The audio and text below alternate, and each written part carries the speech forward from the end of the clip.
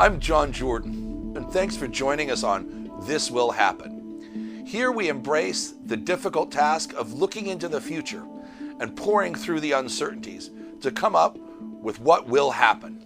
Today's topic is the Chinese Communist Party's role in the ongoing coronavirus disaster.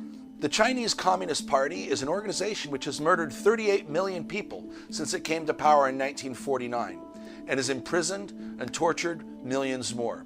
Its oppression continues today. The Chinese Communist Party, and make no mistake about it, they've been very forthright about this, seeks to dominate the world, seeks to dominate your world. Among its tools are deceit and a sophisticated propaganda machine. The ongoing coronavirus disaster represents both a threat to the plans of the Chinese Communist Party and an opportunity. Leveraging various needs and its sophisticated information warfare capabilities, the Chinese Communist Party seeks to paint itself as a good guy. Here to help us unwrap this and the origins of the Communist Party efforts and where it's going in the future is our guest today, Gordon Chang. Chang is also an expert in two seemingly disparate fields: race relations in the United States and foreign policy. In this media environment, two different fields of study have kind of melded into one. There is a nexus. So without further ado, I'd like to welcome Gordon Chang to What Will Happen. Well, Gordon, what are the origins of the Chinese Communist Party's world ambitions? Where did this come from and when did it start? Well, Xi Jinping and his predecessor Hu Jintao have been very clear. They've been talking and they've been using the imagery of Tianxia, or all under heaven. That was the notion that underpinned China's emperors for 2,000 years, that the Chinese ruler was the ruler of everybody, and that everybody was obligated to acknowledge Beijing's supremacy. So that's the tributary system, as some people put it. But it's a notion that China's the world's only sovereign society, and that the Chinese ruler is the only person who has legitimacy throughout the world. And that, of course, makes the United States and all other countries basically vassal states. And we've got to understand the implication of China's ambitions. Yes, this is ludicrous, but this is what they've been talking about in Beijing. And unfortunately, Xi Jinping has been acting like a Tianxia emperor. So we've got to be concerned about what he's going to do next. Well, then you superimpose the natural expansionist tendencies of communist autocracies. I don't think we've had a lot of experience with communist countries that didn't seek to export their worldview and their economic model either. Yeah, and they are all totalitarian societies, so they demand obedience. They are incredibly insecure, so they believe that they've got to control everything before they are safe. And so that's why we have, for instance, some very dangerous and provocative behavior from Beijing right now, when I think that Xi Jinping is concerned about the continuation of communist rule over China. We've seen a pickup in tempo in Chinese military activity around Taiwan and Japan and Indonesia. And one of the characteristics of Chinese strategy is to seek incremental advantage, not outright conflict in a broad sense, but to create advantages such, almost in a chess-like way, to penetrate various organizations, to subtly influence them, to shade information flow. They're influencing things like the National Basketball Association, LeBron James's quote about how we can't anger the Chinese government. In the last year and a half, we've had 3 American intelligence officers either convicted or plead guilty to spying for China. You see the tentacles of the Chinese Communist Party seek to get into non-governmental organizations inside the United States, whether it's to obtain information or to shape perceptions. You know, for many times, we have, saw China's ambitions and said, oh, well, that only affects the Chinese people or the Tibetans or people in Taiwan or Hong Kong. But now we have seen the malignant effects of communism reach out and touch our society. And clearly we saw this with the Foreign Ministry's campaign, which started at the end of the first week of February to tar the United States with all things relating to diseases, including the coronavirus. And that, of course, culminated on March 12th with those series of 3 foreign ministry tweets, one of them which actually said that patient 0 for coronavirus was in the United States, and intimated that the U.S. Army brought the coronavirus to Wuhan. almost talking about germ warfare, although they didn't use that term. As you say, China has tried to penetrate institutions in our society from the top to the bottom.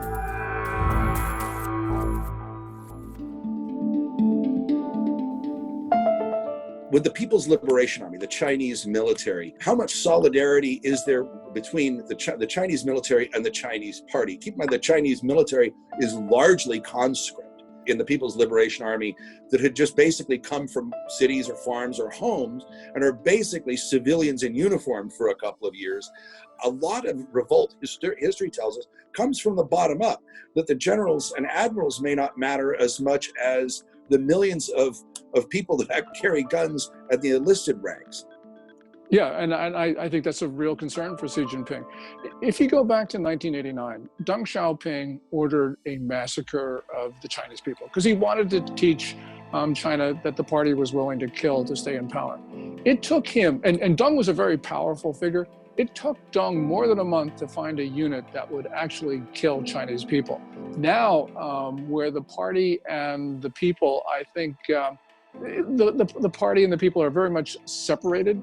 I actually think that a lot of the younger people in the military very well may not fire on the Chinese people because there's just too much disgust at the corruption and the mismanagement that we've seen, not just now, but over the course of decades. So I think that your concern there is actually one where it's valid, that the loyalty of the younger ranks cannot be taken for granted by the generals and admirals. Well, yeah, so you certainly see in Hong Kong when you see protesters there waving American flags and calling for freedom. This can't be good for domestic tranquility or the security of the Chinese Communist Party either. Yeah, and I think that Xi Jinping understands what's at stake. So just give you a sense of where this is going. You know, people in Hong Kong were singing that song from Les Miserables. Do you hear the people sing? It's politically impactful. That became one of their anthems. Well, people in China actually started to adopt that as their anthem in the beginning of February after the death of one of the Wuhan 8, those 8 doctors who were whistleblowers. So Beijing understands what can happen here, that ideas from not only the West, from the United States, but also from China's periphery, including Hong Kong, can actually move into China. So Chinese leaders right now are deeply insecure, and that's why I think that they're capable of surprising us, because they do believe that their system right now is completely at risk. So much is made, Gordon, about wet markets, their existence, their prevalence through China, and what, if any, blowback would exist if China did, perhaps just cosmetically, to restrict or curtail them. Could this be kind of describe the outward limits, as it were, of the power of the party and President Xi? At the beginning of the coronavirus epidemic, Beijing closed wet markets across the country. But as we have seen the reporting over the last 4 or 5 days, those markets have reopened. And that really surprised me, which shows you how the party is not willing to take them on. You know, Dr. Fauci said it was just mind-boggling, the term that he used, that China would open them up again. And Fauci is absolutely right about that. They are very much a part of Chinese culture. We do know that a lot of people would lose completely their livelihoods if the wet markets were closed. Now, I don't know if that would be the tipping point, but I think Chinese leaders look at this and say, they just don't want to take anybody on in society right now. So that's why I think those wet markets came back open. Would a continued American hardline with regard to trade to China, to what extent does that affect the stability of the Chinese Communist Party, and how would China respond? It would just lash out at the U.S., as it indeed has done during the so-called trade war. China still has an export-heavy economy, not as much as it was, let's say, 20 years ago, but still it's important because the consumer market is not as well developed as Chinese propaganda would have it. So they need to sell things to others. And as we talked about, they're 2 primary export markets. The United States and the European Union, we're both flat on our backs. And I think it's for China, this is going to be a very difficult time, because they can open up those factories and they force them to open up prematurely. They can do that, but they can't force orders from Americans and Europeans.